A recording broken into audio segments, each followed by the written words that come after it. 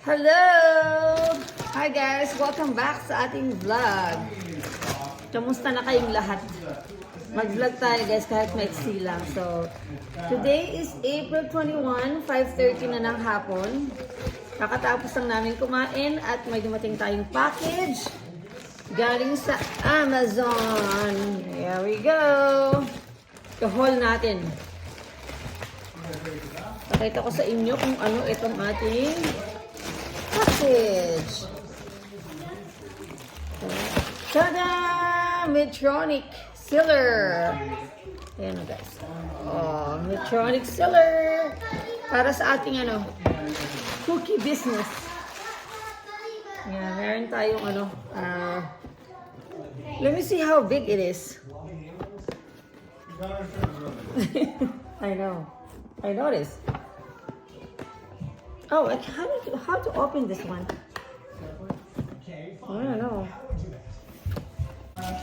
So ito, okay lang pala yung size niya. Ayan o.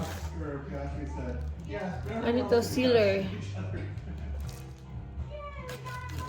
Itatry natin.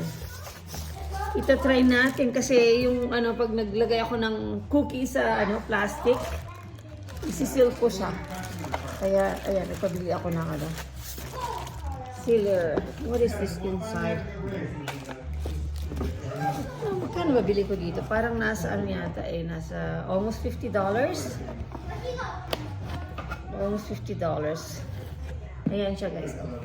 And meron pa akong binili kanina. Nagpunta kami ng Shells. Pinakamalaking retail dito sa Idaho. Kakabukas lang niya guys. Kasi nagtitingin ako ng sapatos kasi yung shoes ko is matagal na. 5 years na yata sa akin or more than that. Kaya kailangan ko na bumili ng sapatos. Tagal-tagal ko na naghahanap ng sapatos. So, tingnan natin. Itong binili kong sapatos ay galing sa On. I don't know. Swiss brand ata to eh. On na sapatos guys. Very nice. Medyo lang, may kamahalan but tingnan natin kasi doon kasi sa Shells kahit nagamit nyo na siya in isang taon or whatever, pagka hindi kayo masyadong happy and comfortable, pwede daw nyo ibalik. So, we'll see. Pero ito yung napili ko guys. Ang cute ng color kasi may color green, blue, and combination of black or something. So, yung white sana, kaso, parang, naman, dumihin, no? Although, sabi nung nagtitinda doon, pwede niyang isprayhan ng,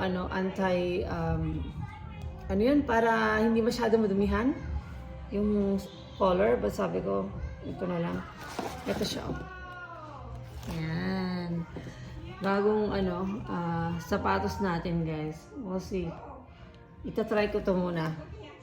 But magkano bang bili ko dito? $159.99. Mahal ang sapatos. So, anyway, matagal-tagal ko na rin ito siguro gagamitin na naman ito. Mga ilang taon na naman yan. Pero itatry ko muna kasi, pwede namang ibalik kung hindi, maganda sa Pero tinry ko to sa store. Okay naman. Pero minsan kasi, di ba, iba yung ginagamit mo na araw-araw tsaka sa store. So, ayun yung mga ating haul, guys. Lagay natin dyan. And naghuhugas lang ako ng mga plato. So, anyway, hanggang dyan na lang ang ating vlog again. Short video lang ito. Tsaka na tayo mag-long video, guys, pagka na. Mas madali kasi mag-vlog pagka short lang muna. So anyway, ayan, have a good week. Sunday. So Monday na dyan sa Pilipinas and then sa ibang, bansa.